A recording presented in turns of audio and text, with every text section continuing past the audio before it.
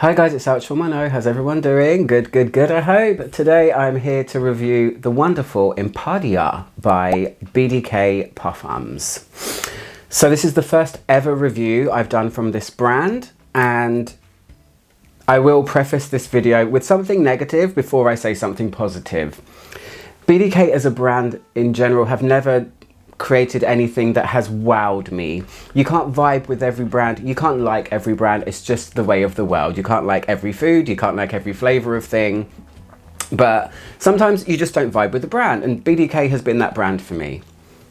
Until Impadia came along. So it's going to be a positive review, just to let you know, but it's the first time ever that I've tried something from this brand and I've loved it. So let's talk about Impadia.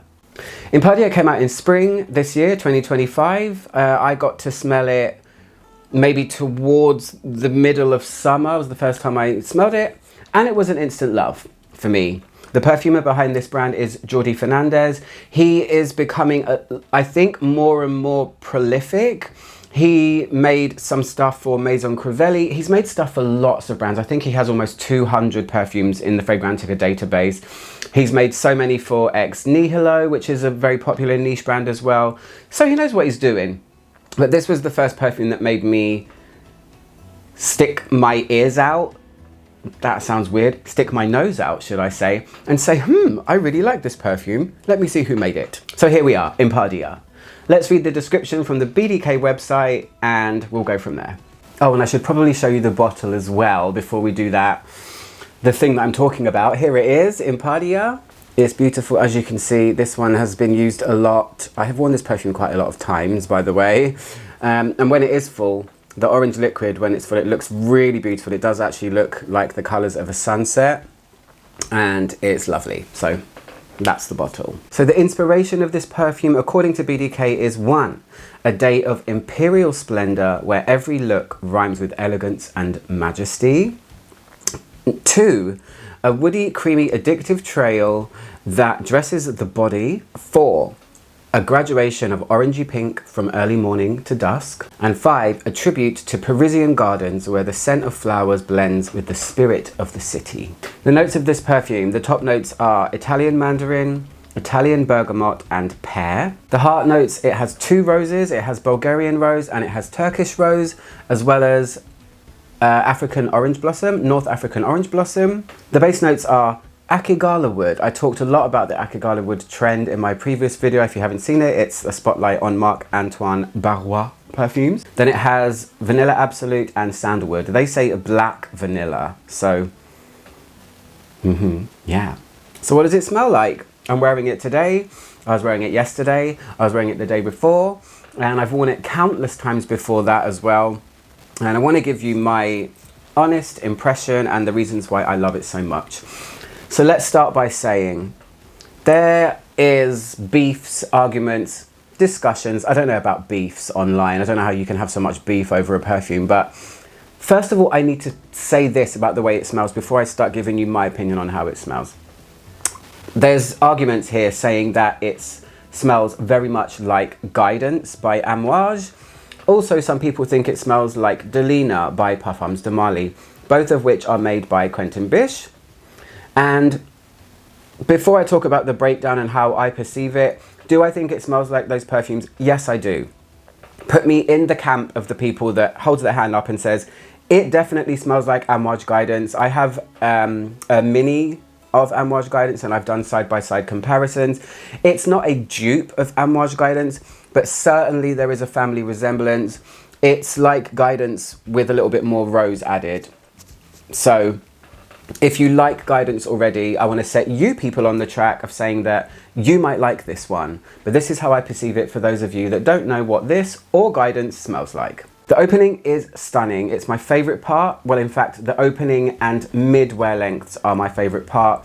The opening here, first of all, you are hit with a dusky pink orange kind of smell, which is coming from a fruitiness which I wouldn't describe necessarily as pear, but it's a soft, playful, almost pink candy-ish floral type vibe. And in terms of rose, it definitely smells rosy, but it's not super robust or overly cloying rose. I don't really wear super sweet things that often, and this one is perfect for me. If you like things to be sweet but not toothache, it's got such a great amount of sweetness, and it's essentially a fruity floral. But what I detect here and what I really like about this is some level of spice, which is not listed in any of the notes on BDK's website. There is the perfect amount of zing to this perfume, a spicy zing, which, if I'm going to put it down to anything, feels like some kind of pepper. It's like it's almost like a sprinkling of white pepper over the composition, which doesn't make it a spicy perfume, but it's perfectly placed here. It just balances out what probably would be something that would be too sweet for me, or maybe some of you as well if you don't like sweet things. Guidance DNA though, wow. But done in a little bit of a different way. There's definitely a vanillic element to this perfume, but obviously vanilla's in the base, and it's there kind of, it's not a traditional, I wouldn't call it a traditional vanilla type smell. This isn't a bourbon vanilla, it's not a cupcakey vanilla, it's not a syrupy, strong, or even woody vanilla. There's just a presence of a smoothed out vanilla, which is very well rounded and blended so perfectly with the rose and this fruity element, which isn't pear. I wish I could put my finger on what the fruity part was, but it is not pear. Let me sniff it again for a minute. I've been wearing it so much though. I feel like I've become a nosmic to it at this point. For me, it would lean more into a berry kind of fruitiness as opposed to a pear. Berries being nondescript here. I don't want to say strawberry. Possibly more of a raspberry rose is what I'm feeling here. Or even possibly like a rhubarb raspberry rose, but sitting in a blanket of warm and not too sweet vanilla with this lovely spice on the top. And it is wonderful. It's not by any means average, or I've smelled this a million times before. I've smelled it before, a similar thing when I point here because my little amouage is behind me. I smelled a similar profile when I smelled Guidance, but this is done in a little bit of a different way, and I like that. I think it's a really good alternative to Guidance because Guidance has a much higher price tag, and this one performs really well and smells in the similar world without having to pay the homage price. Having said that, I really want Guidance. It's going to be one of the next things I get. So let's talk about development. I will say that this perfume does transition twice, but the transitions here are much more on the subtle side and they're very smoothly done. This isn't like one of those perfumes where you get these opening notes and within 5 minutes you're already in a different part of the world, and then you're already getting in a car and driving to a different part of the world. It's not like that. It's made very well so that the transitions are super smooth and sleek, and the spice level at around the 4-hour mark, I can tell you that when I put this on at 9, it's still projecting strong by the 4-hour mark, but it's already changed a bit. The spice goes and you're left with that main whatever was left that I just mentioned. So take out the spice and everything else I can still smell here.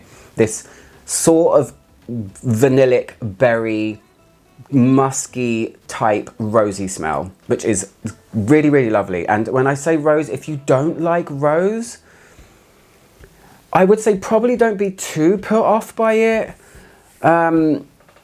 If you like Delina, this is like maybe a softer take on Delina. It's somewhere between Delina and Guidance. It's like a mash of both of them with another little twist on top, or inside of it, should I say. So by the 4-hour mark, there's a powderiness to this perfume as well. It's not like baby powder. It's not like a white musky type powderiness either, but there is this powdery softness, which is perfectly balanced. That's what I'll say about this perfume. It's well executed, it's perfectly balanced, and it transitions very, very nicely. So the final stage of this perfume, and I will say that overall I get around 7 to 8 hours out of it, even on wrists, which I think is great because wrists are the tricky things when you test perfumes.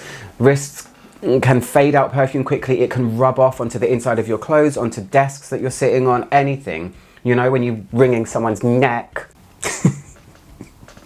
I have to have at least one crazy thing in my video, guys, or I wouldn't be myself. It stays on me for 7 to 8 hours.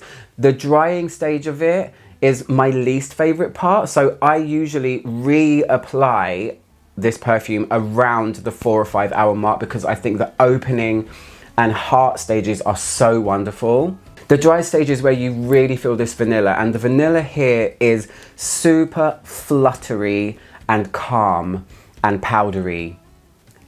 It was never going to be a syrupy, overly cloying vanilla, and some vanillas reveal themselves that way when you get to the dry downs of perfumes. This one doesn't. It stays super soft, super dainty, not too sweet, not too anything really. Just a perfect, lovely vanilla dry down with the distance of what the heart was, and that's why I say it transitions perfectly. You can feel everything all the way, but things just gently fade out and reveal themselves in a perfect pyramid. A perfect afternoon. That's it. That's my review of Impadia by BDK, my first ever BDK review, because I'm in love with this perfume. And I will say, I feel the same way about this as I do with Portrait of a Lady and Impadia by Pierre Guillaume. This perfume can be my guidance when I get my guidance, when I finally get it. And that's going to be like my special occasion one. It's a really nice alternative that won't break the bank. I'm not calling it a cheapie by any means, because it isn't. And it's a very good quality perfume that performs. But sometimes you want that alternative that gives you just kind of what you want from your true love, but it doesn't break your bank, or it doesn't, you just feel a bit more comfortable using it. So that's what Impadia is for me. Impadia is my guidance to what Impadia by Pierre Guillaume is to my Portrait of a Lady. Similar vibes, but I wear it a little bit more frequently. So yeah, that's my review of Impadia. I hope you guys like this video. I'm Ouch from Mano, trying to make the world smell better, one video at a time. I'll see you guys soon. Goodbye.